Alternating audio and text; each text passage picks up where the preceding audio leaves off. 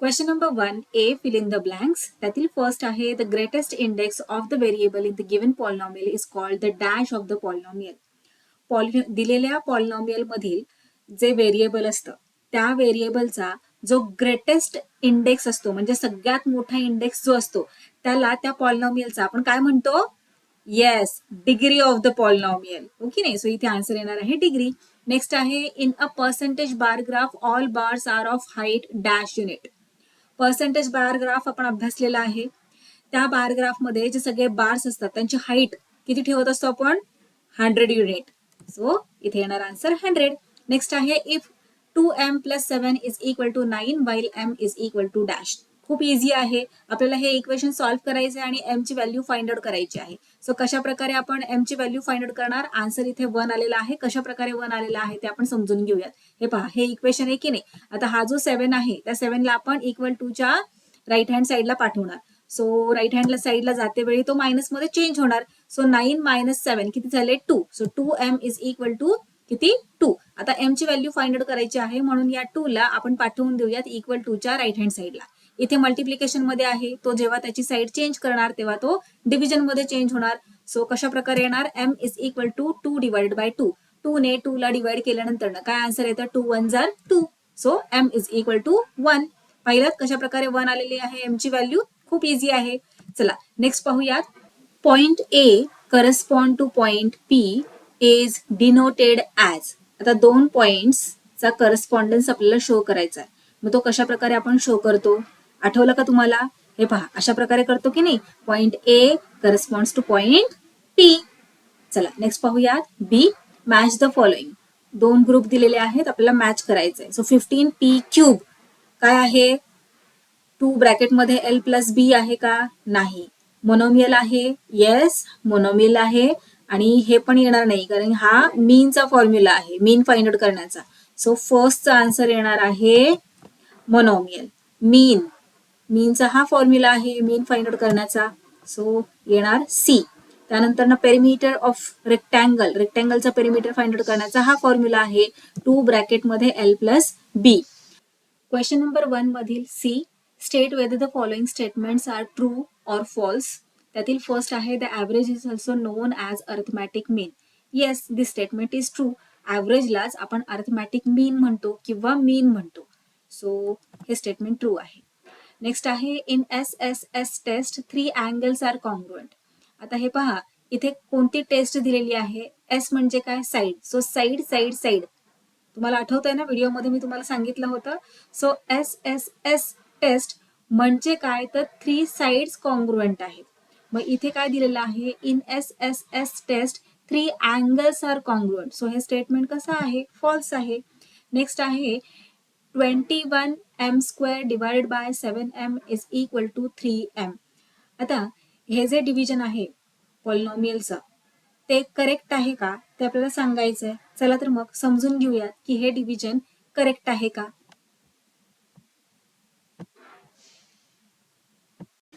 21m² divided by 7m. Division कसं करतो आपण? अशा प्रकारे ड्रॉ करतो. आतमध्ये काय राईट करतो? डिव्हिडंड, जो की आहे 21m². राईट करूयात. इथे काय राईट करतो? इथे राईट करतो डिवायझर, काय आहे? 7m. राईट केला. आता हे डिव्हिजन कसे करायचे? इथे तर हे व्हेरिएबल आहे, इथे m आहे, इथे m² आहे. मग कशा प्रकारे करणार? काही कठीण नाहीये, खूप इझी आहे. आता इथे थोड्या वेळासाठी असं तुम्ही इमॅजिन करा की हा इथे m नाहीये आणि m² नाहीये. 21 ला 7 ने आपण डिवाइड करतोय. कशा प्रकारे तुम्ही डिवाइड करणार? तर तुम्ही काय करता? 7 ला कोणत्या नंबरने मल्टिप्लाय केलं की 21 येतं? सांगा बरं मला. 7 3 जार, हो की नाही? 7 ला 3 ने मल्टिप्लाय केलं की 21 येतं. तुम्ही काय करता? इथे क्वोशंट मध्ये 3 राईट करता, इथे 21 राईट करता आणि त्यांचं सबट्रॅक्शन करता. रिमाइंडर 0. त्याच प्रकारे आपल्याला सॉल्व्ह करायचंय, काही कठीण नाहीये. हे पहा, इथे आपण एक्सप्लेनेशन राईट करूयात. आणि आता हे पहा, काय करायचं आपल्याला? 7m ला कोणत्या नंबरने मल्टिप्लाय केलं की आपल्याला 21m² मिळणार आहे ते शोधायचं आहे. हे पहा, 7m ला कोणत्या नंबरने मल्टिप्लाय केलं की 21m² आपल्याला मिळणार ते फाइंड आउट करायचंय. मग आता इथे आपण थोडीशी तोडफोड करूयात. तोडफोड करायची म्हणजे काय करायचंय? तर हे पहा, आता इथे 7m आहे की नाही, तर या m ला आपण थोड्या वेळासाठी इग्नोर करूया. आणि इथे 21m² आहे ना, मग या m² ला सुद्धा इग्नोर करूया. म्हणजे इथला m आणि इथला m² दोघांना बाजूला करून टाकूयात. आणि असं इमॅजिन करूयात की इथे 7 आहे आणि इथे 21 आहे. आता 7 ला कोणत्या नंबरने मल्टिप्लाय केलं की 21 येतं, तर 3 ने मल्टिप्लाय केलं की 21 येतं. झालं. आता यांचं काम संपलेलं आहे. आता या m ला आणि m² ला पुन्हा आणलं. आता पहा, व्यवस्थित लक्ष द्या. इथे m आहे बरोबर. या m ला आपल्याला काय करायचंय, m² करायचंय हो ना. मग या m बरोबर काय मल्टिप्लाय केलं की m² येणार आहे. आता अर्थातच m नेच मल्टिप्लाय करावं लागेल, पण काय त्याचा इंडेक्स काय असणार आहे. इथे काय आहे, m आहे बरोबर. राईट करून घेऊयात. हा m, या m ला जर आपण आणखी एका m ने मल्टिप्लाय केलं तर याचा इंडेक्स किती असणार आहे, 2 असणार आहे हो की नाही. m² होऊन जाणार. सो आता आपण काय करूयात, या m ला या m ने आणखी एका m ने मल्टिप्लाय करूयात. केलं.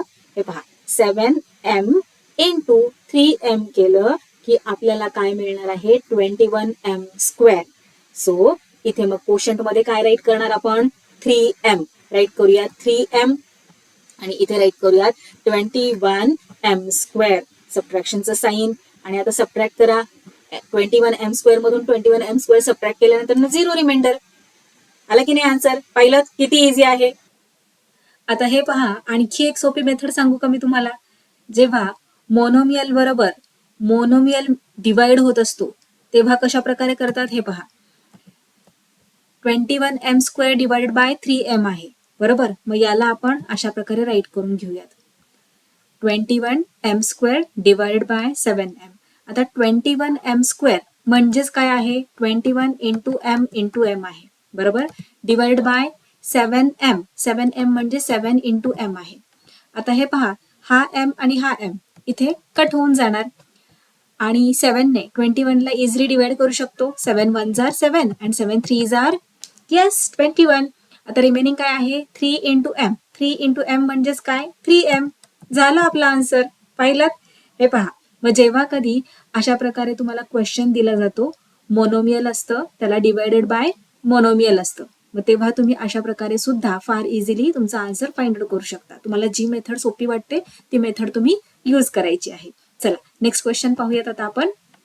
त्याही आधी इथे राईट करूयात की हे स्टेटमेंट ट्रू आहे, कारण आन्सर 3m आलेला आहे. हे पहा, कोशंट 3m आहे आणि रिमाइंडर 0 आहे. चला नेक्स्ट क्वेश्चन पाहूयात आता आपण. Solve question number 2a. Solve the sub questions only 3. फक्त 3 सॉल्व करायला सांगितलेले आहेत. आपण सगळे सॉल्व करून ठेवूयात. हे पहा, तुम्हाला एक्झाम मध्ये सुद्धा वेळ असेल तर तुम्ही एक्स्ट्राचे जे क्वेश्चन्स दिलेले आहेत ते सुद्धा सॉल्व करायचे. ज्या क्वेश्चन्स मध्ये तुम्हाला जास्त मार्क्स मिळतील ना ते तुमचे कन्सिडर केले जातात. फॉर एक्झाम्पल, आता इथे तुम्हाला 3 सॉल्व करायला सांगितलेले आहेत. तुम्ही फक्त 3च क्वेश्चन सॉल्व केले आणि त्यातला तुमचा एक जर रॉंग झाला किंवा एखादी स्टेप तुमची चुकली तर त्या स्टेपचा मार्क तुमचा मायनस होतो. मग अशा वेळी जर तुम्ही 4th क्वेश्चन सुद्धा केलेला असेल तर मात्र तुम्हाला ज्या क्वेश्चन मध्ये जास्त मार्क्स असतील ते मार्क्स कन्सिडर केले जातात. मग ही चूक नका करू की तुम्ही ऍट अ टाइम सगळे क्वेश्चन सॉल्व कराल. इथे ओनली 3 सांगितलंय ना, मग आधी 3च क्वेश्चन सॉल्व करायचे असतात बरोबर. आणि क्वेश्चन पेपर पूर्ण सॉल्व झाल्यानंतर तुमच्याकडे जर टाइम शिल्लक असेल तर तुम्ही एक्स्ट्राचे क्वेश्चन सुद्धा सॉल्व करून ठेवायचे आहेत. त्याप्रमाणे तुम्ही क्वेश्चनला नंबर द्यायचे नंतर ना. चला आता इथे आपण फर्स्ट सॉल्व करायला घेऊयात. डिवाइड करायला दिलेला आहे आपल्याला. And write the quotient and remainder. चला तर मग समजून घेऊयात कशा प्रकारे डिव्हिजन करायचंय. इथे तर आपण पाहिलंच आहे. चला हा क्वेश्चन सुद्धा पाहून घेऊयात. डिव्हिडंडच्या ठिकाणी डिव्हिडंड राईट करूयात. सो इथे येणार डिव्हिडंड आणि इथे येणार डिवायझर. आता इतका मोठा डिव्हिडंड पाहून घाबरून जाऊ नका. खूप इझी आहे. आपल्याला माहित आहे आपण डिव्हिजन कसं परफॉर्म करतो, टर्म बाय टर्म सॉल्व्ह करत जातो हो की नाही. सो फर्स्ट टर्म ऑब्झर्व करा. आता डिवायझर आपला आहे 2y². 2y² ला कशाने मल्टिप्लाय केलं की आपल्याला आन्सर मिळणार 2y³. हे पहा, एक्सप्लेनेशन मध्ये आपण अशा प्रकारे राईट करून घेऊयात. 2y² हा आपला काय आहे, डिवायझर आहे. याला कशाने मल्टिप्लाय केलं की आपल्याला 2y³ मिळणार आहे. हे फाइंड आउट करायचे आहे. आता हे पहा, जे व्हेरिएबल आहे त्याला थोड्या वेळासाठी इग्नोर करा, फक्त नंबर्स पहा. इथे 2 आहे, इथे 2 आहे. सो इथे काही करण्याची गरज आहे का? नाही.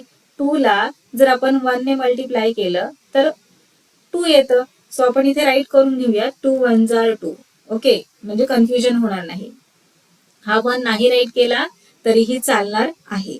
हे पहा, आता इथे आहे वाय स्क्वेअर आणि प्रोडक्ट मध्ये आहे वाय क्यूब.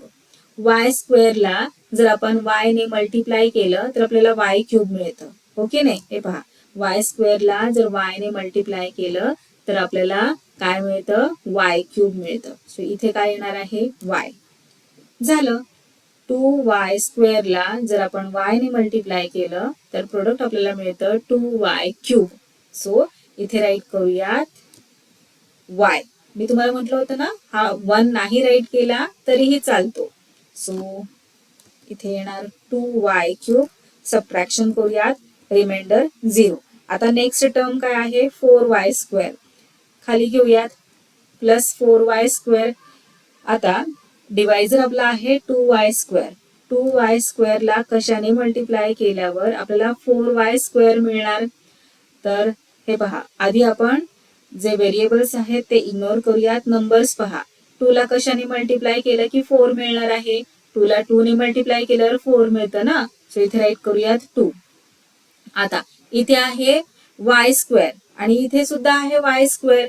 मग या वाय स्क्वेअरला कशाने मल्टिप्लाय करायची गरज आहे का? तर अजिबात नाही. सो इथे कोशंट मध्ये काय येणार? आता 2 येणार. कसा 2 येणार? काही साईन लागणार त्याला? नाही लागणार. प्लस लागणार, मायनस लागणार? प्लसचं साईन लागणार, हो की नाही? कारण इथे प्रोडक्ट मध्ये प्लस साईनच आहे आणि इथे आपण कोणतंही साईन चेंज केलेलं नाहीये.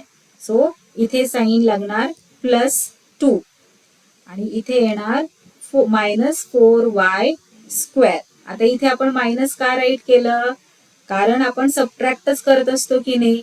आणि हा जो नंबर आहे 4y स्क्वेअर तो पॉझिटिव्हच आहे. इथे मायनसचं साईन वगैरे काही दिलेलं नाहीये, हो ना. म्हणून इथे आपण -4y स्क्वेअर असे राईट केलेले आहे. सबट्रॅक्ट करूयात, 0. आता नेक्स्ट टर्म खाली घेऊयात. काय आहे नेक्स्ट टर्म? +3. राईट केलं इथे +3.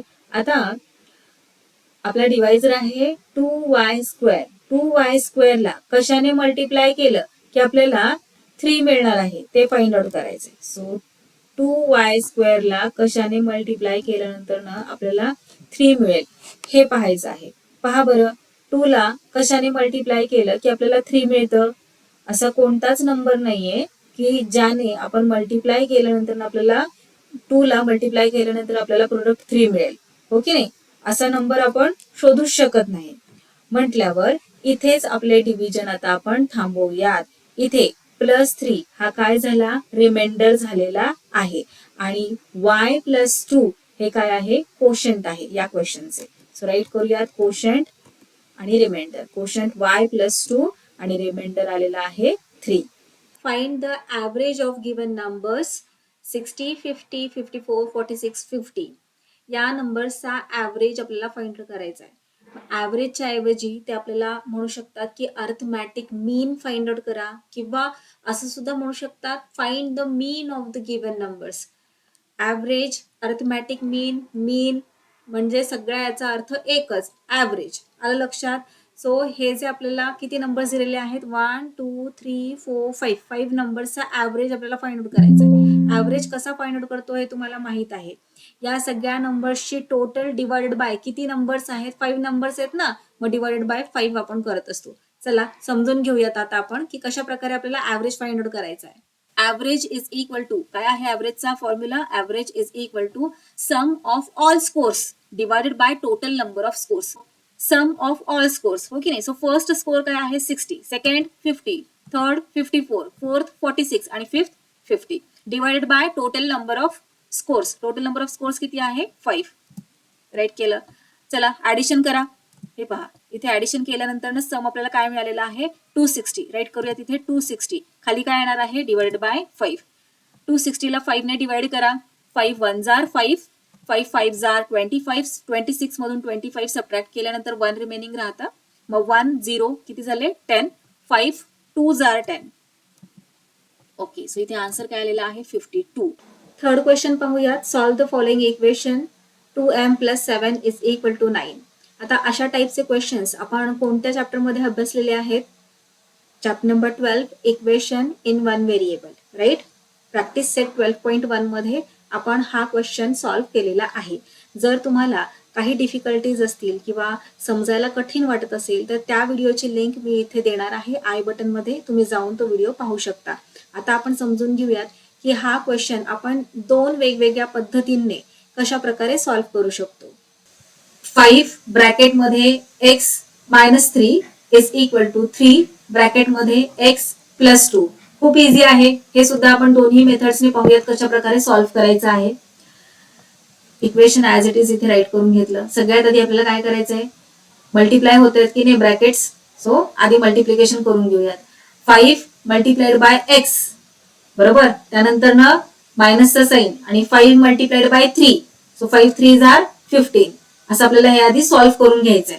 सो काय येणार? 5x मायनसचा साइन 5 3s are 15 = चं साइन ऍज इट इज. हे सुद्धा सॉल्व्ह करून घेऊयात. 3 मल्टिप्लाय होतोय पूर्ण ब्रॅकेटला, सो 3x आणि 3 × 2 किती झालं? 6. हे प्लसचं साइन ऍज इट इज आणि 6 सॉल्व्ह करून झालेलं आहे. आता सगळ्यात आधी आपल्याला काय करायचंय? एक्सचं जे आहे ते ऍज इट इज ठेवून घ्यायचंय. आणि आता इथे -15 आहे ना, याला काढून टाकण्यासाठी आपल्याला अपोजिट ऑपरेशन इथे परफॉर्म करायचंय. -15 आहे म्हणून आता इथे आपण काय करूयात? +15 घेऊयात. मग दोन्ही साइडला +15 घ्यावं लागणार. Let's write here adding 15 to both sides.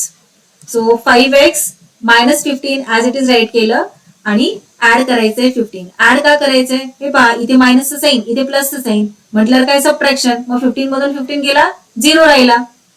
15 आपल्याला इथून काढून टाकायचंय, त्यासाठी आपण इथे +15 घेतलंय. आता इकडे लेफ्ट हँड साइडला +15 घेतल्यावर राईट हँड साइडला +15 घ्यावं लागणार. So right hand side as it is write करून घेतली आणि +15 राईट केलं. चला सॉल्व्ह करूयात. आता 15 मधून 15 गेले, 0 हो ना. रिमेनिंग काय आहे? 5x = आता 3x as it is right करायचंय. 6 + 15 किती झाले? 6 + 15 झाले 21, राईट. सो +21. आता हे पहा, इथे आहे 5x लेफ्ट हँड साइडला आणि इथे राईट हँड साइडला आहे 3x + 21. ओके, आता एका x ला इकडच्या किंवा इकडच्या जावं लागणार, बरोबर. मग आपण काय करूयात? इकडच्या या 3x ला इथून काढून टाकूयात. त्याला काढून टाकण्यासाठी आपल्याला काय करावं लागणार? 3x दोन्ही साइडनी सबट्रॅक्ट करावं लागणार. So let's write here subtracting 3x from both sides. So 5x - 3x = 3x + 21 - 3x. आता पहा, इथून 3x आणि 3x हे दोन्ही मायनस होणार. सो 5x मधून 3x गेले, किती राहिले? 2x. Let's write here 2x = 3x मधून 3x गेले, 0. काय रिमेनिंग आहे? 21. आता पहा, इथे 2x = 21 आलेला आहे. आपल्याला x ची व्हॅल्यू फाइंड आउट करायची आहे. x बरोबर इथे आहे 2. हा इथून कसं जाणार? आपल्याला हा नकोय. मग मल्टिप्लिकेशन मध्ये आहे की नाही, मी इथे डिव्हिजन परफॉर्म होणार. सो 2 ला 2 नेच डिवाइड करायचं आपल्याला. सो पूर्ण टर्मला इथे आपल्याला डिवाइड करावं लागणार, हो की नाही. 2x ला 2 ने डिवाइड करायचंय. मग 21 ला सुद्धा आपल्याला 2 ने डिवाइड करावं लागणार. चला दोन्ही साइडला 2 ने डिवाइड करूयात. ओके, आता हा 2 आणि हा 2 कट होऊन जाणार. राहिला एकटा x शिल्लक = 21/2. 2 ने 21 ला आपण कम्प्लीट डिवाइड नाही करू शकत, हो की नाही. मग आपण इथे स्टॉप केलं तरी चालणार आहे. So x = 21/2. चला सेकंड मेथडने पाहूयात कशा प्रकारे सॉल्व्ह करायचंय. सो फर्स्ट पार्ट जो आहे तो ऍज इट इज येणार. फर्स्ट पार्ट म्हणजे 5 ब्रॅकेटला मल्टिप्लाय होते लेफ्ट हँड साइडला, राईट हँड साइडला 3 या ब्रॅकेटला मल्टिप्लाय होते. सो मल्टिप्लिकेशन करून घेऊयात. 5x - 15 = 3x + 6. ओके, आता हा -15 आपल्याला इथे नकोय. याला कुठे पाठवायचंय? = च्या राईट हँड साइडला. चला पाठवून देऊयात. So 5x = 3x + 6. आता हे पहा, इथे मायनस आहे ना, इकडे गेल्यावर प्लस होणार. सो +15. नेक्स्ट स्टेप मध्ये कशा प्रकारे येणार आहे? 5x = 3x. आता 15 प्लस 6 किती झाले 21. So plus 21. आता हे पहा, हा जो 3x आहे त्याला आपण इक्वल टू च्या लेफ्ट हँड साईडला पाठवून देऊयात. तेव्हाच तर आपल्याला x ची व्हॅल्यू मिळणार आहे की नाही. सो लेफ्ट हँड साईडला ऑलरेडी 5x आहे, ऍज इट इज राईट करून घेतला. -3x. आता -3x का, कारण हे पहा इथे 3x काय साईन आहे, काहीच नाही म्हणजे प्लस आहे, म्हणून आपण इकडे केल्यावर मायनस केलेला आहे sign. Is equal to right hand साईडला रिमेनिंग काय राहिलं मग 21. राईट करून घेऊया +21. आता हा प्लस, हे प्लसचं साईन नाही राईट केलं तरीही चालणार आहे. 5x मधून 3x सबट्रॅक्ट केल्यानंतर 2x remaining is equal to 21. आता हा 2x दोघांचंही काय रिलेशन आहे, मल्टिप्लिकेशनचं. x ची व्हॅल्यू फाइंड आउट करायची आहे. 2 आपल्याला इथे नको आहे, मग त्याला आपल्याला पाठवायचं आहे राईट हँड साईडला. इथे मल्टिप्लिकेशन मध्ये आहे, इकडे गेल्यावर डिव्हिजन मध्ये चेंज होणार. So x is equal to 21 divided by 2. पाहिलं, या मेथडने आणि या सेकंड मेथडने, दोन्ही मेथड्सने आपलं जे आन्सर आलेलं आहे ते सेम आलेलं आहे. नेक्स्ट क्वेश्चन आहे, in the adjusting figure state the test and write their congruent part. आता इथे ही आपल्याला एक फिगर दिलेली आहे. या फिगरमध्ये 2 ट्रायंगल्स आहेत आणि ते 2 ट्रायंगल्स कोणत्या टेस्टने कॉन्ग्रुएंट आहेत ते आपल्याला शो करायचे आहे. आणि त्याचबरोबर हे 2 ट्रायंगल्स कॉन्ग्रुएंट आहेत म्हटल्यावर आणखी कोणते पार्ट्स या 2 ट्रायंगल्स मधले कॉन्ग्रुएंट आहेत ते आपल्याला राईट करायचे आहे. जर तुम्हाला अशा टाईपचे क्वेश्चन्स थोडेसे डिफिकल्ट वाटत आहेत किंवा या ज्या टेस्ट दिलेल्या आहेत त्या तुम्हाला कळलेल्या नसतील, थोडेफार कन्फ्यूज असाल, तर मी इथे आय बटनमध्ये तुम्हाला प्रॅक्टिस सेट 13.2 ची लिंक प्रोव्हाइड करणार आहे. त्या लिंक थ्रू तुम्ही संपूर्ण जो प्रॅक्टिस सेट आहे तो गो थ्रू करा, त्यामुळे तुम्हाला एक्झाममध्ये नक्कीच मदत होईल. चला तर मग सॉल्व्ह करून घेऊयात हा 4th क्वेश्चन. तर 2 ट्रायंगल्स आहेत, हा एक ट्रायंगल आहे आणि हा एक ट्रायंगल आहे.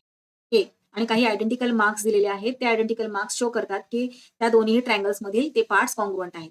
हे पहा, इथे सिंगल लाईन, इथे सिंगल लाईन, याचा अर्थ काय आहे की हे 2 पार्ट्स कॉन्ग्रुएंट आहेत. इथे डबल लाईन, इथे डबल लाईन, याचा काय अर्थ आहे, हे 2 पार्ट्स कॉन्ग्रुएंट आहेत. त्याचबरोबर आणखी काही कॉन्ग्रुएंट तुम्हाला दिसतंय का, किंवा इक्वल लेंथ और इक्वल मेजरचं. तर हे पहा, इथे ही एक लाईन आणि ही एक लाईन पॉइंट आर वर इंटरसेक्ट होत आहेत आणि पॉइंट आर वर इंटरसेक्ट झाल्यामुळे व्हर्टिकली अपोजिट अँगल्स फॉर्म झालेले आहेत. आणि व्हर्टिकली अपोजिट अँगल्सची प्रॉपर्टी तर तुम्हाला माहितच आहे. Yes, very good. काय आहे प्रॉपर्टी? येस, की व्हर्टिकली अपोजिट अँगल्स इक्वल मेजरचे असतात, म्हणजेच कॉन्ग्रुएंट असतात. सो या ट्रायंगल मधला हा अँगल आणि या ट्रायंगल मधला हा अँगल कॉन्ग्रुएंट आहेत, हो की नाही. सो आपल्याला काय काय मिळालेलं आहे दोन्ही ट्रायंगल्स मधलं, तर ही साईड मिळालेली आहे, ही साईड याला कॉन्ग्रुएंट आहे. त्यानंतर ना अँगल मिळालेला आहे, हा अँगल या अँगलला कॉन्ग्रुएंट आहे. आणि त्यानंतर ना ही एक साईड मिळालेली आहे, ही साईड या साईडला कॉन्ग्रुएंट आहे. 3 थिंग्स मिळाल्या, 3 थिंग्स मिळाल्या. याचाच अर्थ आपण सांगू शकतो की SAS म्हणजे साईड अँगल साईड या टेस्टने दिलेले दोन्ही ट्रायंगल्स कॉन्ग्रुएंट आहेत, ओके नाही. सो आता निम्म काम आपलं झालेलं आहे, पण 1 to 1 करस्पॉन्डन्स दाखवायचं आपल्याला व्हर्टायसेसचं आणि सांगायचंय की कोणकोणते पेअर्स कसे कॉन्ग्रुएंट आहेत. मग त्यासाठी फिगर आपल्याला व्यवस्थित ऑब्झर्व करावी लागेल, ओके नाही. मग सेम फिगर आपण इकडे घेतलेली आहे, फक्त थोडं वेगळं वेगळं केलेलं आहे. त्याचं नामकरण करूयात, ज्याप्रमाणे इथे ओरिजिनल फिगर मध्ये केलेलं आहे त्याप्रमाणे. आता कॉन्ग्रुएंट पार्ट्सचे जे आयडेंटिकल मार्क्स आहेत ते सुद्धा देऊन घेऊयात. या पार्टला हा पार्ट कॉन्ग्रुएंट आहे आणि या पार्टला हा पार्ट कॉन्ग्रुएंट आहे. त्याचबरोबर आपण हेही फाइंड आउट केलं की अँगल आर, या ट्रायंगल मधला अँगल आर आणि या ट्रायंगल मधला अँगल आर हे दोन्ही कॉन्ग्रुएंट अँगल्स आहेत. आता आपल्याला करस्पॉन्डन्स शो करायचा आहे. कशा प्रकारे करस्पॉन्डन्स शो करणार, इमॅजिनेशन आपल्याला करावं लागणार. आता इथे या गोष्टीकडे आपण येऊयात थोड्या वेळाने, पण मेन जी ओरिजिनल फिगर आहे तिकडे ऑब्झर्व करा, कारण की तुम्हाला अशा प्रकारे प्लेन पेपरवर करता येणे पॉसिबल नाहीये. समजून घेण्यासाठी आपण नंतर न येऊयात. आधी ही फिगर कशा प्रकारे आपल्याला व्हर्टायसेसचा करस्पॉन्डन्स शो करता येणार आहे तो विचार करूयात. इमॅजिनेशनवर सगळं डिपेंड आहे इथे, हो की नाही. तो हे पहा, आर ला आर अँगल बरोबर सेम आहेत, सो आर वर आरच येणार आहे. आता हा जो ट्रायंगल आहे आपला, हा इथला हा ट्रायंगल जर आपण या बाजूला पॉइंट आरच्या इथून फोल्ड केला तर एकमेकांवर बरोबर येतील का होते? नाही होणार ना. बरोबर एक्झॅक्ट मॅच नाही होणार आहेत सगळे व्हर्टायसेस. एस इकडे वरती जाणार आणि टी इकडे मध्ये कुठेतरी येणार. हो की नाही, आर वर आर येणार पण बाकी व्हर्टायसेस या पॉइंट्सला मॅच होणार नाहीत.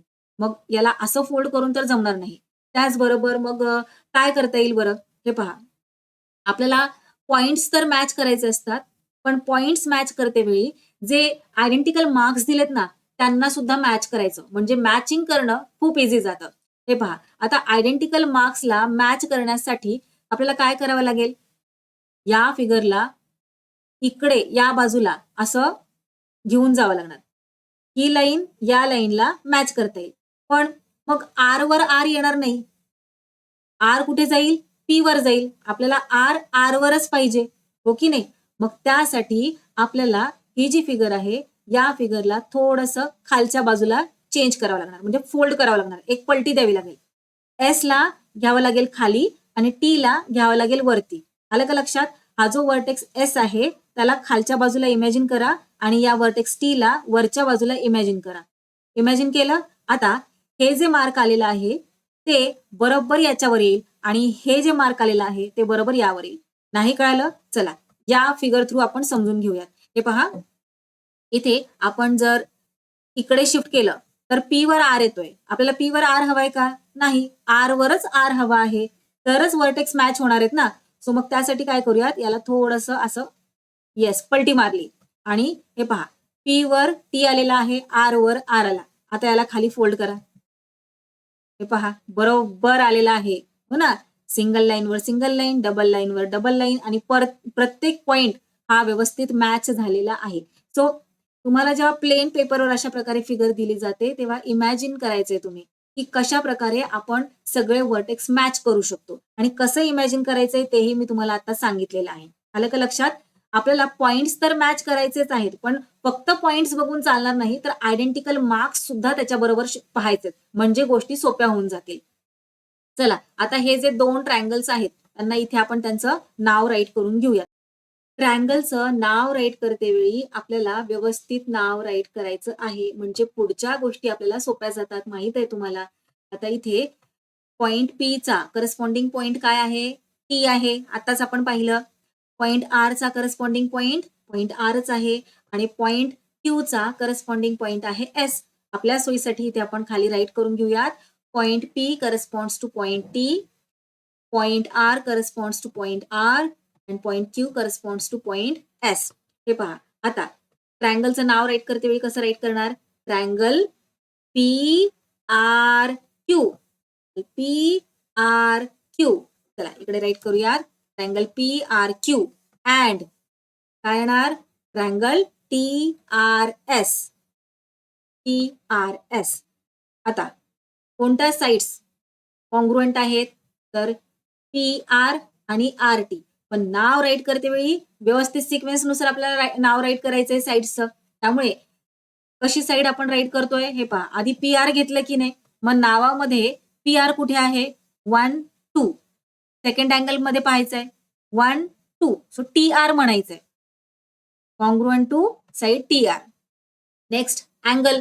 हे पहा, हा एक अँगल आणि हा एक अँगल. नाव राईट करते वेळी काळजी घ्यायची आहे. ज्या सिक्वेन्सनी आपण फर्स्ट अँगल राईट करत आहोत त्याच सिक्वेन्सनी सेकंड अँगल सुद्धा राईट करायचे आपल्याला. तो इथे अँगल आपण म्हणूयात पी आर क्यू. मग second angle S R T नाही येणार. कशा प्रकारे राईट करायचं हे पहा. पी आर क्यू कुठे आहे? P R Q. अरे वा, सरळ लाईन मध्येच आहे नाव, म्हणजे जे पॉइंट्स आहेत ते. मग इथे सुद्धा T R S, P R Q is congruent to angle T R S. Next, आता ही साइड. हे पहा, ही साइड आणि ही साइड, दोन साइड्स आहेत. नाव राईट करते वेळी येस माहिती, आता पाठ झालं तुम्हाला. हे पहा, इथे जर आपण क्यू आर म्हटलं तर इथे आर एस नाही म्हणायचंय किंवा एस आर लगेचच म्हणून नाही टाकायचं. इथे सिक्वेन्स पाहायचाय. क्यू आर, क्यू थर्ड नंबरला आहे आणि आर सेकंड नंबरला आहे. 3, 2. मग इथे सुद्धा 3, 2 एस आर म्हणायचं. Side Q R congruent to side S R. This is given. हे पहा, मी प्रत्येक ठिकाणी रिझन राईट करते. इथे गिवन आहे.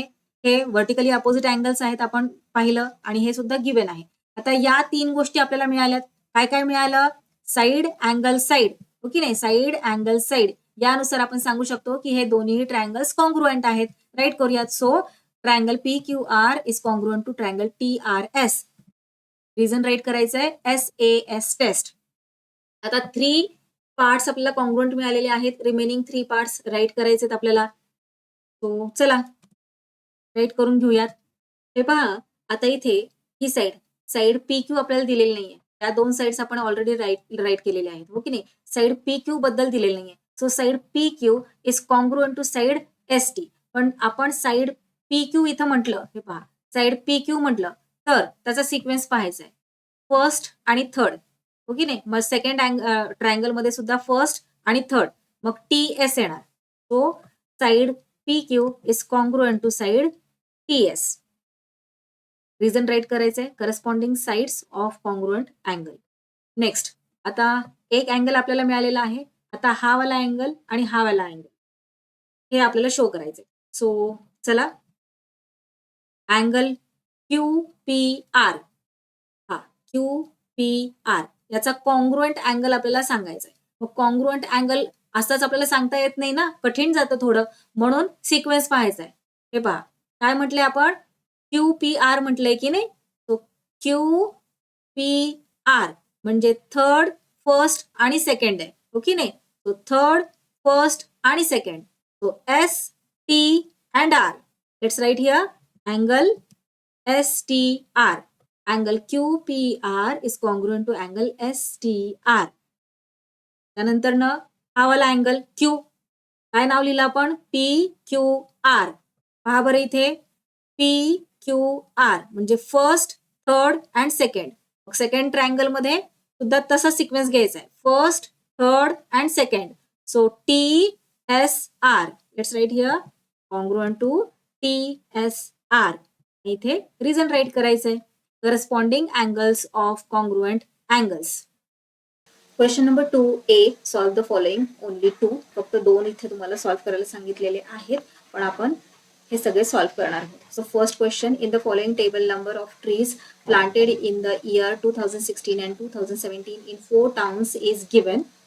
Show the data with the help of subdivided bar graph. Subdivided bar graph through आपल्याला हा डाटा शो करायचा आहे. चला तर मग शो करूयात. काय दिलेलं आहे या टेबलमध्ये? तर टाउन्स दिलेले आहेत. कोणते? कात्रज, वडगाव, शिवापूर, खंडाळा. इयर्स 2016, 2017. 2016 मध्ये प्रत्येक गावामध्ये किती ट्रीज प्लांट केले ते दिलेलं आहे. 2017 मध्ये किती ट्रीज प्लांट केले ते दिलेलं आहे. सब डिवायडेड बार ग्राफ जेव्हा आपण ड्रॉ करत असतो तेव्हा आपल्याला काय करायचं असतं? एकाच बार मध्ये या दोन्हीही इन्फॉर्मेशन राईट करायचे असतात, म्हणजे शो करायचे असतात. सो त्यासाठी आपण काय करत असतो? टोटल करत असतो, की टोटल कात्रज मध्ये 2016 आणि 2017 मध्ये किती ट्रीज प्लांट केले. सो चला टोटल करूयात. 150 प्लस 200 किती होतात? पटापट सांगा मला. Yes, very good, 350. वडगाव मध्ये किती झाले टोटल प्लांट्स? सो 250 प्लस 300 किती? 550. त्यानंतर शिवापूरमध्ये किती ट्रीज प्लांट झालेले आहेत? 450. आणि खंडाळामध्ये 100 प्लस 150 किती झाले? Yes, very good, 250. आता मेन काम आपलं चालू झालेलं आहे. इथलं आपलं झालं. आता ग्राफ पेपरकडे या. ग्राफ पेपरवर सगळ्यात आधी आपल्याला ऍक्सिस ड्रॉ करायचे असतात, एक्स ऍक्सिस आणि वाय ऍक्सिस. चला ड्रॉ करून घेऊयात. हा झाला एक्स ऍक्सिस आणि इकडे हा झाला वाय ऍक्सिस. आता स्केल तर त्यांनी दिलेलं नाहीये, बरोबर? स्केल दिलंय का क्वेश्चन मध्ये? कुठे नाही दिलेलं. मग आपल्याला स्केल इथे राईट करायचंय. 1 centimetre is equal to Y axis वर 1 सेंटीमीटर इज इक्वल टू किती घेणार? तर जरा विचार करा, आपल्या टेबलकडे या पुन्हा आणि टेबलमध्ये पहा कशा प्रकारचे नंबर्स आहेत. सो टेबलमध्ये सगळ्यात छोटा नंबर काय आहे? सगळ्यात छोटा नंबर आहे 100. आणि सगळ्यात मोठा नंबर कोणता आहे? तर सगळ्यात मोठा नंबर पूर्ण टेबलमध्ये आहे 550, बरोबर? 550 हा सगळ्यात मोठा नंबर आहे. मग आपण एक काम करूयात, 1 सेंटीमीटर इज इक्वल टू 100 घेऊयात स्केल. जर तुम्ही 50 घेतलं, 1 सेंटीमीटर इज इक्वल टू 50, तरी चालणार आहे, काही हरकत नाही. पण इथे आपण काय करूयात, 1 सेंटीमीटर इज इक्वल टू 100 घेऊयात आणि ते स्केल घेऊन आपण आपला हा ग्राफ ड्रॉ करूयात. सो इथे राईट करूयात scale. On Y axis 1 centimetre is equal to how many trees? 100 trees. तुम्ही 50 घेतलं तरी काही हरकत नाही.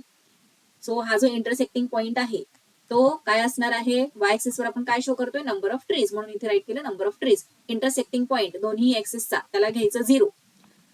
0 पासून ही जी फर्स्ट लाईन आपल्याला दिसते डार्क कलरची तिथपर्यंत 1 सेंटीमीटर आहे की नाही, मग ते म्हणजे आपण काय घेतलेलं आहे 100. सो इथे राईट करूयात 100. मग ही नेक्स्ट लाईन किती 200, त्यानंतर 300, 400, 500. आता पहा बरं आपल्याला किती पर्यंत जायचंय 1000 पर्यंत 2000 पर्यंत. तर पुन्हा टेबलकडे यायचंय किती पर्यंत आपल्याला राईट करायचे हे नंबर्स. तर सगळ्यात मोठा नंबर आहे 550 बरोबर. मग जर आपण इथे 500 झालेला आहे ना, मग इथे येणार 600. ओके, आता याच्या पुढे 700 ची गरज आपल्याला पडणार नाहीये कारण आपला बार जो आहे तो 550 पर्यंतच जाणार आहे, त्याच्या पुढे तर काही जाणार नाहीये. म्हणून वरती तुम्ही नंबर्स राईट करा अगर नका करू काहीही फरक पडणार नाही. तुम्ही 1000 पर्यंत राईट केलं तरीही नो प्रॉब्लेम, पण इथे आपण राईट करूयात 600 पर्यंतच. चला आता पुढे काय करायचं आपल्याला एक्स एक्सिस वर काय शो करायचंय.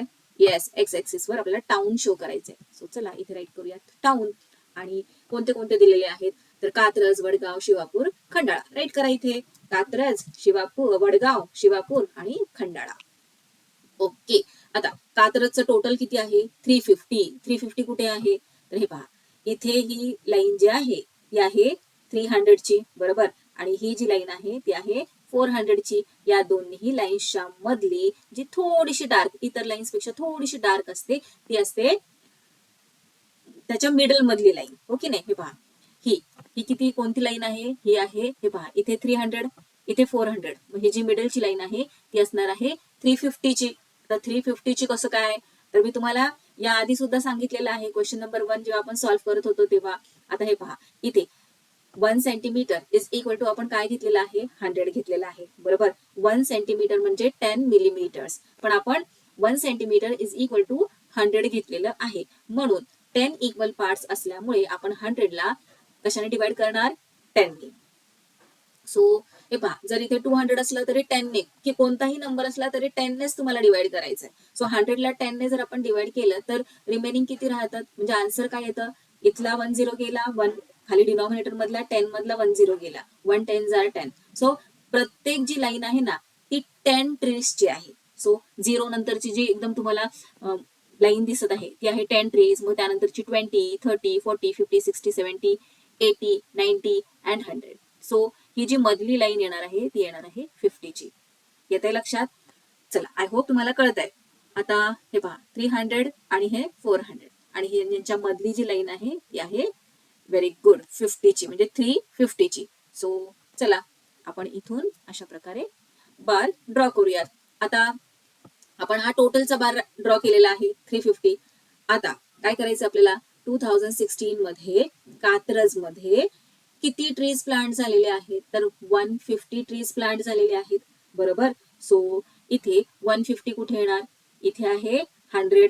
50 कुठे येणार इथे 150. ओके नाही. हे पहा ही जी लाईन आहे 100 आणि 200 च्या मधली ती कोणती आहे 150 ची. सो चला इथे आपण अशा प्रकारे बार ड्रॉ करूयात. आता हा बार आपण असा स्लॅन्टिंग लाईन्स वाला घेतलेला आहे कारण आपल्याला डिफरन्शिएट करायचंय की नाही. हा जो बार आहे हे पहा हा जो पिंक आहे आणि हा लाईन वाला बार काय शो करतोय तर 2016 मध्ये कात्रज मध्ये किती ट्रीज प्लांट झालेले आहेत 150 ट्रीज प्लांट झालेले आहेत. आणि 2017 मध्ये किती ट्रीज प्लांट झालेले आहेत 200 ट्रीज प्लांट झालेले आहेत. आता इथे पहा इथपर्यंत 150 बरोबर आणि 150 पासून 350 पर्यंत हा जो पोर्शन आहे जो पिंक कलरचा तुम्हाला दिसतोय तो किती असणार आहे 200 चा. आलं लक्षात. सो इथे आपण सांगूयात त्यांना की जो हा स्लांटिंग लाईन वाला बार आहे ब्लू कलरचा तो काय शो करतोय 2016 मध्ये किती ट्रीज प्लांट झालेले आहेत. आणि असा जो बार आहे ज्याला स्लांटिंग लाईन्स नाहीयेत तो काय शो करतोय 2017 मध्ये किती ट्रीज प्लांट झालेले आहेत. चला आता नेक्स्ट पाहूयात टाउन. नेक्स्ट आहे वडगाव. सो वडगाव मध्ये टोटल 2016 आणि 17 मध्ये टोटल किती ट्रीज प्लांट झालेले आहेत 550 ट्रीज प्लांट झालेले आहेत. चला हे पहा इथे आपण वडगाव राईट केलेला आहे. सो इथे आपल्याला बार ड्रॉ करायचा आहे. मग टोटल किती झालेले आहे टोटल झालेले आहेत ट्रीज प्लांट 550. 550 कुठे असणार आहे इथे आहे 500 इथे आहे 600. हे पहा इथे आहे 500 आणि इथे आहे 600. या दोन्ही लाईन्सच्या मध्ये थोडीशी डार्कर बरोबर. इतर लाईन्स कशा आहेत फेंट आहेत की नाही. आणि ही जी लाईन तुम्हाला दिसते ही कशी आहे ही थोडी डार्क लाईन आहे इतर लाईन्स पेक्षा. मग ही आहे 550 ची लाईन. सो चला इथून आपण एक बार ड्रॉ करूया. बार ड्रॉ झाला. आता 2016 मध्ये वडगाव मध्ये किती ट्रीज प्लांट केलेले आहेत तर 250. 250 कुठे आहे तर हे पहा, आपल्याला याच बार मध्ये 250 दाखवायचे नाही वडगाव मध्ये, यालाच तर म्हणतात सब डिवायडेड बार ग्राफ. सो याच बार मध्ये 250 आपल्याला फाइंड आउट करायचंय. सो इथे हे पहा, इथे आहे 200, इथे आहे 300. या दोन्हींच्या मधली ही जी लाईन आहे ती आहे 250 ची. सो चला इथून आपण अशा प्रकारे हा बार ड्रॉ करूयात, रूल्ड वाला, लाईन वाला, स्लॅन्टिंग लाईन वाला. ओके, आता वडगावचं काम झालेलं आहे. शिवापूरकडे वळूयात. शिवापूरमध्ये टोटल 450 ट्रीज प्लांट झालेले आहेत. 450 कुठे येणार आता, हे आहे 400, हे आहे 500. दोघांच्या मधली जी थोडीशी डार्क, इतर लाईन पेक्षा थोडीशी डार्क जी लाईन आहे ती आहे 450 ची. सो इथून ही जी 450 ची लाईन आहे तिथून आपण खाली एक्स ऍक्सिस वर अशा प्रकारे एक बार ड्रॉ करूयात. ओके, ड्रॉ करून झालेला आहे.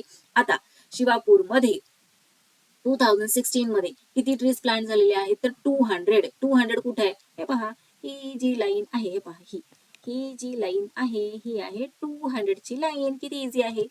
सो चला इथून एक बार आपण ड्रॉ केलेला आहे स्लॅन्टिंग लाईन वाला.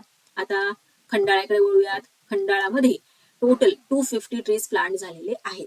2016 आणि 17 मध्ये टोटल 250 ट्रीज. सो इथे ही आहे 200 ची लाईन आणि ही आहे 300 ची लाईन.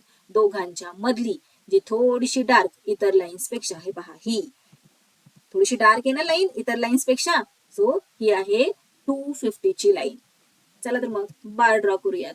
ओके, आता 2016 मध्ये खंडाळामध्ये 100 ट्रीज प्लांट झालेले आहेत. सो 100 किती इझी आहे, हे पहा, इथे आहे 100 ची ही लाईन. चला ड्रॉ करूयात आपण मग. येस, सो इथे आपला हा बार ड्रॉ करून झालेला आहे. त्याचबरोबर हा क्वेश्चन सुद्धा आपला पूर्ण सॉल्व्ह करून झालेला आहे. सो फर्स्ट क्वेश्चन आपला सॉल्व्ह करून झालेला आहे. सेकंड क्वेश्चन आहे सॉल्व्ह द फॉलोइंग इक्वेशन. हे इक्वेशन आपल्याला सॉल्व्ह करायचंय, खूप इझी आहे. हे पहा, आता सगळ्यात आधी काय करूयात आपण, multiplying both sides bye x minus 5. का बरं एक्स मायनस 5 नेच का मल्टिप्लाय करायचं, कारण की तो नकोय ना बाबा आपल्याला. म्हणून काय करूयात, कॅन्सल आउट करण्यासाठी, तो नकोय आणि कॅन्सल आउट करायचं आपल्याला त्याला, म्हणून दोन्हीकडे आपण एक्स मायनस 5 ने मल्टिप्लाय करूयात. सो हे पहा, लेफ्ट हँड साइड मल्टिप्लाय करा एक्स मायनस 5 ने, राईट हँड साइड मल्टिप्लाय करा एक्स मायनस 5 ने. ओके, हे पहा, एक्स मायनस 5 झाले कॅन्सल.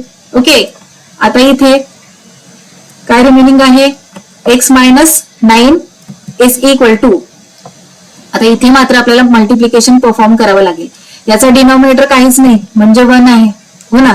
मग आपण काय करतो, जेव्हा मल्टिप्लिकेशन करत असतो तेव्हा न्यूमरेटरला न्यूमरेटर बरोबर मल्टिप्लाय करतो, डिनॉमिनेटरला डिनॉमिनेटर बरोबर. आता या 5 ने आपल्याला एक्स मायनस 5 ला मल्टिप्लाय करायचंय. सो 5x काय येणार, 5x मायनस 5 5 जार 25. ओके, आणि डिनॉमिनेटरला डिनॉमिनेटरने मल्टिप्लाय करायचं. सो 7 इंटू 1 किती झालं, 7. ओके, इथपर्यंत क्लिअर झालं.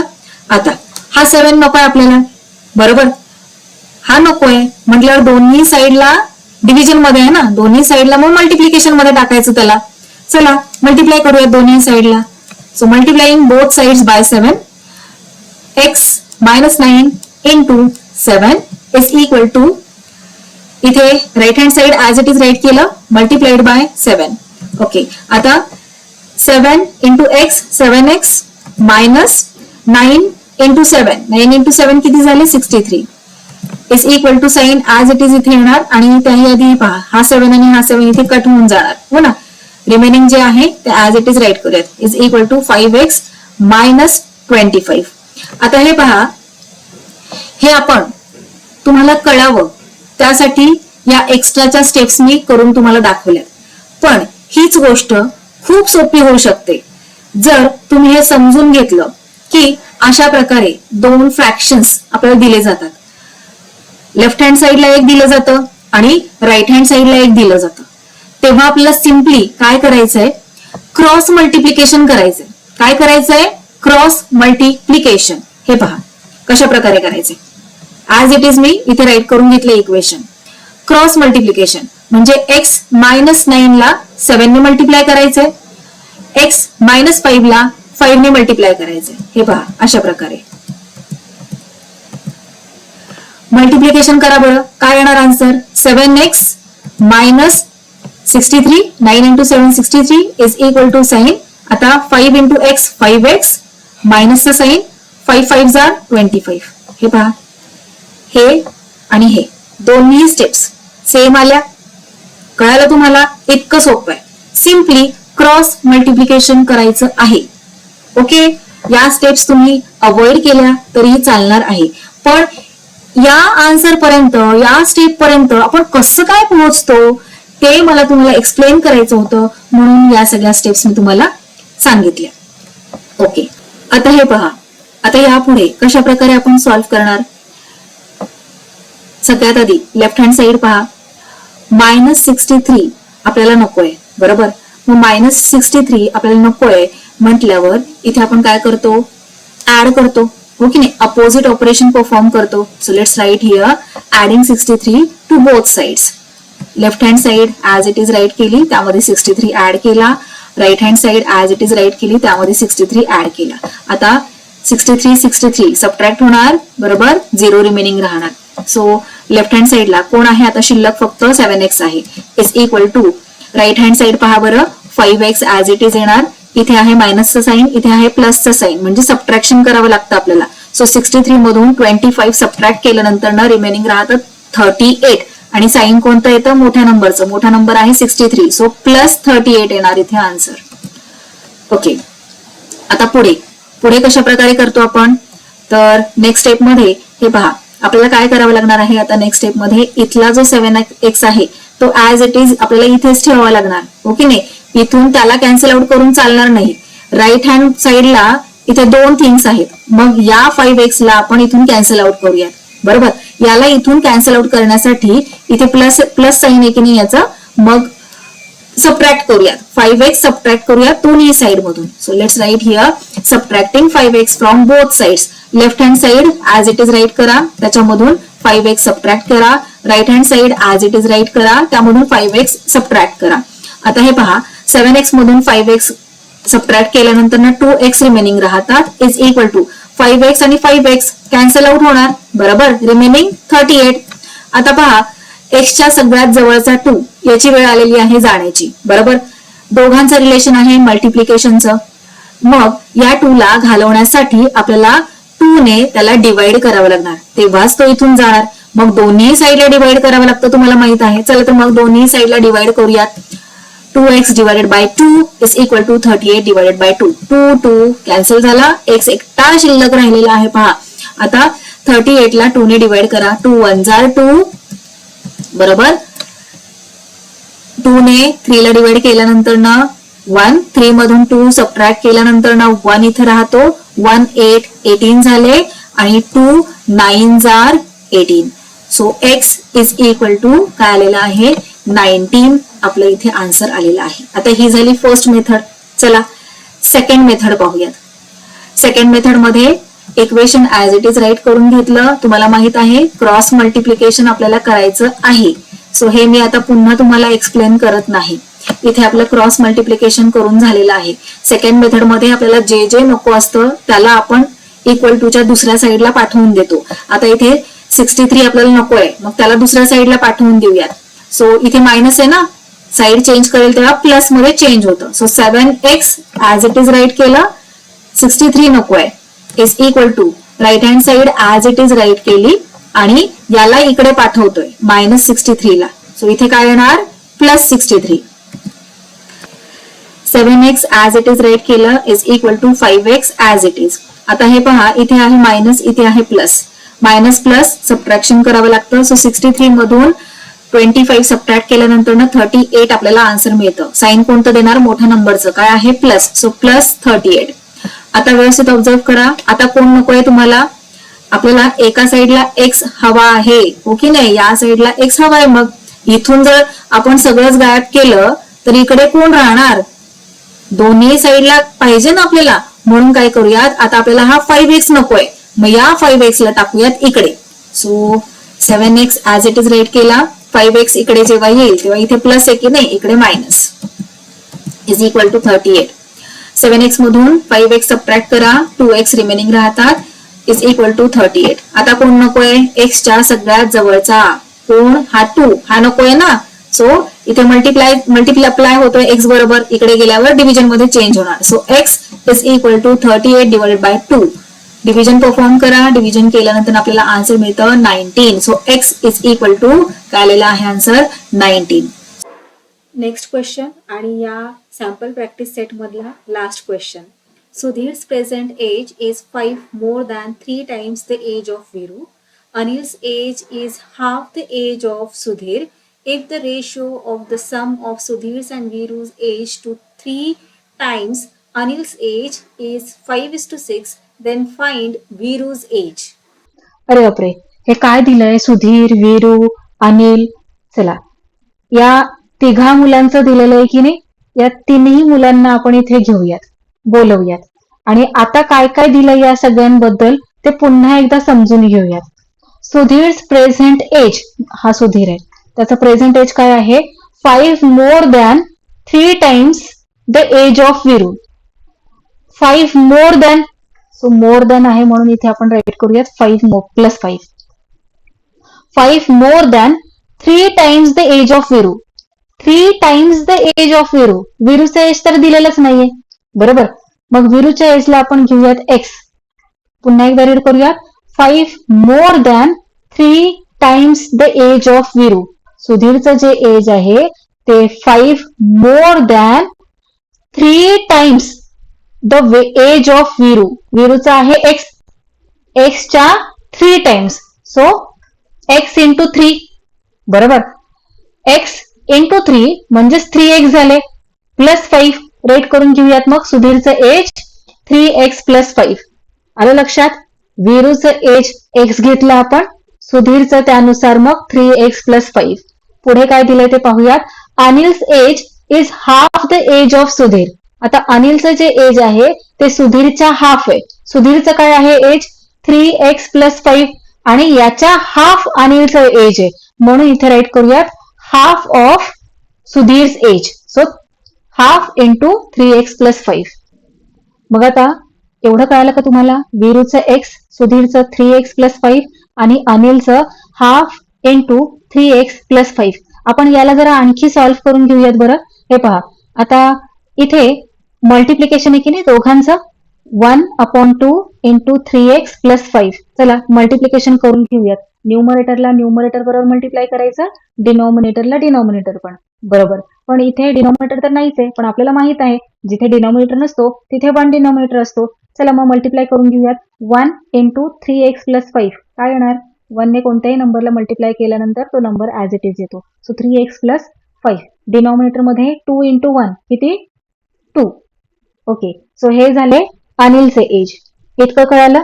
आपण प्रत्येकाचं एज दिलेल्या क्वेश्चन नुसार इथे राईट करून घेतलेलं आहे. पुढचं जे काही दिलेलं आहे, if the ratio of the sum of Sudhir's and Viru's age, ते आपण पुढे राईट करूयात. पण आता जेवढं सॉल्व्ह केलेलं आहे ते सोल्युशन मध्ये राईट करून घेऊयात, म्हणजे नंतर आपला गोंधळ होणार नाही. सो हे पहा काय काय कळालंय आपल्याला. तर विरूचं प्रेझेंट एज आपण घेतलं एक्स, ते इथे राईट करून घेतलं. त्यानंतर त्यानुसार सुधीरचं age, Sudhir's present age is 5 more than 3 times the age of Viru असं म्हटलंय ना. सो सुधीरचं एज 3x प्लस 5 आहे, राईट करून घेऊयात. Sudhir's present age is equal to 3x plus 5. आणि अनिलचं प्रेझेंट एज काय आपण फाइंड आउट केलंय, क्वेश्चन मध्ये काय दिलं होतं, Anil's age is half the age of Sudhir, हो की नाही.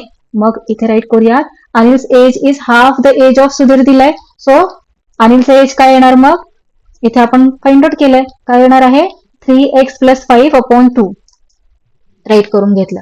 चला आता पुढे काय दिलंय ते वाचूयात. If the ratio of the sum of Sudhir's and Viru's age to 3 times Anil's age is 5:6, then find Viru's age.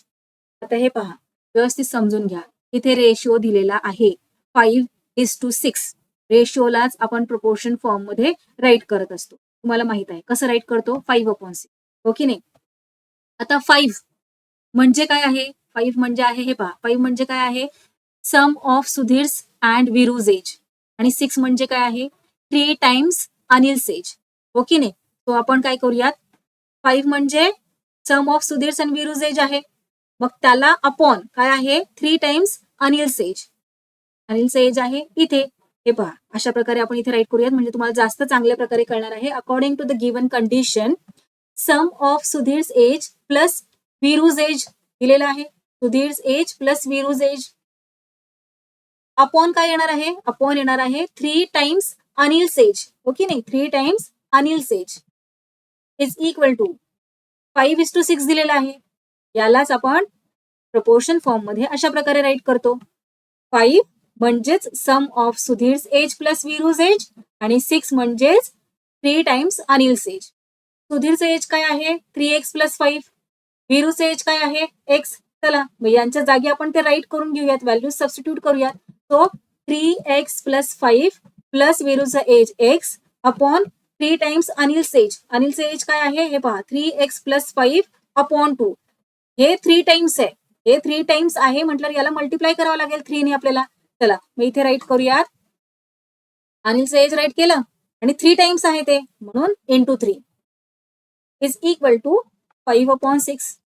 Okay आता हे इक्वेशन तर आपलं झालेलं आहे. याला सॉल्व्ह करूयात. सॉल्व्ह कशा प्रकारे करायचंय हे पहा. घाबरून जाऊ नका. हे एवढं सगळं असं पाहून इझी आहे. डिकोड करायचं आपल्याला फक्त व्यवस्थित समजून घ्यायचंय काय काय दिलेलं आहे. आता हे पहा आपण इथे हे सॉल्व्ह करण्यासाठी जरा सोपं करूयात. सोपं कसं करणार इथे इक्वल टूचं साइन आहे. इकडे एक फ्रॅक्शन आहे इकडे एक फ्रॅक्शन आहे. अशा वेळी आपण काय करतो येस व्हेरी गुड आठवलं तुम्हाला क्रॉस मल्टिप्लिकेशन करतो. ओके नाही मग 6 ने या वरच्याला मल्टिप्लाय करूयात या 5 ने खालच्याला मल्टिप्लाय करूयात. इतकं इझी आहे. चला करूयात मग.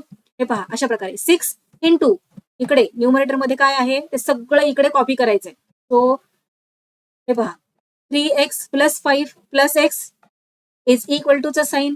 आता या 5 ने आपल्याला या खालच्याला सगळ्याला मल्टिप्लाय करायचंय. सो 5 इंटू खाली जे काही आहे डिनॉमिनेटर मध्ये ते सगळं मल्टिप्लाय मध्ये इथे राईट करायचंय. 3 इंटू 3x प्लस 5 अपॉन 2. आता हे ब्रॅकेट सॉल्व्ह करूयात. सो 6 इंटू ब्रॅकेट मध्ये काय दिलेलं आहे 3x प्लस हा x काय होणार 4x आणि हा 5. So 4x plus 5 is equal to 5 into 3 15 आणि इंटू हे bracket as it is write करून घेऊयात नंतर सॉल्व्ह करू. आता हे पहा 6 ने या ब्रॅकेटला मल्टिप्लाय करूयात. 6 4s आर 24. सो 24x plus 6 5s are 30 is equal to आता हे पहा 15 इंटू फ्रॅक्शन दिलेलं आहे 3x प्लस 5 अपॉन 2. मला माहित आहे जेव्हा आपण मल्टिप्लिकेशन करत असतो तेव्हा न्यूमरेटरला न्यूमरेटर बरोबर मल्टिप्लाय करतो डिनॉमिनेटरला डिनॉमिनेटर बरोबर. 15चा काही डिनॉमिनेटर आहे का नाही. त्याचा डिनॉमिनेटर नाही त्याचा 1 डिनॉमिनेटर आहे असं आपण म्हणतो. सो हे मल्टिप्लिकेशन कसं परफॉर्म करणार आपण हे पहा 15 इंटू 3x प्लस 5 आणि डिनॉमिनेटरला डिनॉमिनेटर बरोबर मल्टिप्लाय करायचंय. So 1 into 2. ओके इथे डिनॉमिनेटर नाहीये ना तर आपण 1 म्हणतो. So 1 into 2. ओके चला सॉल्व्ह करून घेऊयात. हे ऍज इट इज येणार आणि तिथे आता सॉल्व्ह करायला काही नाही शिल्लक. 15 इंटू 3 45 आणि हा x 45x plus 15 into 5 15 into 5 किती होतात 75. So into 1 2 only. आता पुढे हे पहा हा जो 2 आहे या 2 ला आपण पाठवून देऊयात इक्वल टूच्या लेफ्ट हँड साइड. ओके नाही देऊयात 24x plus 30 into 2 is equal to इकडे काय रिमेनिंग मग 45x प्लस 75. 2 ने संपूर्ण ब्रॅकेटला आपल्याला मल्टिप्लाय करावं लागतं. आता तो आपण इकडे पाठवला इक्वल टूच्या लेफ्ट हँड साईडला पाठवला. तो मल्टिप्लिकेशन मध्ये चेंज झाला. इथे डिव्हिजन मध्ये इथे मल्टिप्लाय झाला. मग जेव्हा तो मल्टिप्लाय होतो ना तेव्हा तो संपूर्ण साईडला मल्टिप्लाय होतो पूर्ण लेफ्ट हँड साईडला. आता तुम्ही फक्त 30ला मल्टिप्लाय कराल असं करून चालणार नाही. पूर्ण लेफ्ट हँड साईडला मल्टिप्लाय करायचं. सो 2 इंटू 24x किती होणार येस 48x. आता 2 इंटू 30 किती झाले 60 is equal to 45x plus 75. आता ज्या एक्सच्या टर्म्स आहेत त्यांना एका साईडला घेऊयात आणि बाकीच्यांना दुसऱ्या साईडला. So 48x as it is इथे राईट करून घेऊयात. 45x ला इकडे पाठवायचंय ना इथे प्लस आहे इकडे गेल्यावर मायनस. मायनस 45x 60 ला पाठवूयात इकडे इथे प्लस आहे इकडे गेल्यावर मायनस. इकडे ऑलरेडी 75 आहे ऍज इट इज राईट केला मायनस 60. 48x minus 45x 3. 48 मधून 45 गेले, येस 3 रिमेनिंग राहिले, so 3x is equal to 75 मधून 60 सबट्रॅक्ट केल्यानंतर ना 15. तर x ची व्हॅल्यू फाइंड आउट करायची आहे. x ला एकट्याला इकडे ठेवूयात, 3 ला पाठवून देऊयात इकडे. इकडे मल्टिप्लिकेशन मध्ये आहे, इकडे गेल्यावर डिव्हिजन मध्ये चेंज होणार. 3 1 जार 3, पहा 3 1 जार 3 आणि 3 5 जार 15. x इज इक्वल टू काय आलेलं आहे 5. x ची व्हॅल्यू 5 आलेली आहे आणि x म्हणजे आपण काय घेतलेलं होतं, x म्हणजे घेतलेलं होतं वीरूचं प्रेझेंट एज. त्याला फाइंड आउट काय करायला सांगितलं होतं, वीरूचं प्रेझेंट एज. मग वीरू किती वर्षांचा आहे, 5 वर्षांचा आहे, 5 years ओल्ड आहे वीरू. Let's write here are final answer. Viru's present age is 5 years. Okay, so अशा प्रकारे आपला हा क्वेश्चन कम्प्लीट सॉल्व्ह करून झालेला आहे. हा क्वेश्चन थोडासा ट्रिकी होता पण इंटरेस्टिंग होता, हो ना. चला भेटूयात नेक्स्ट व्हिडिओमध्ये.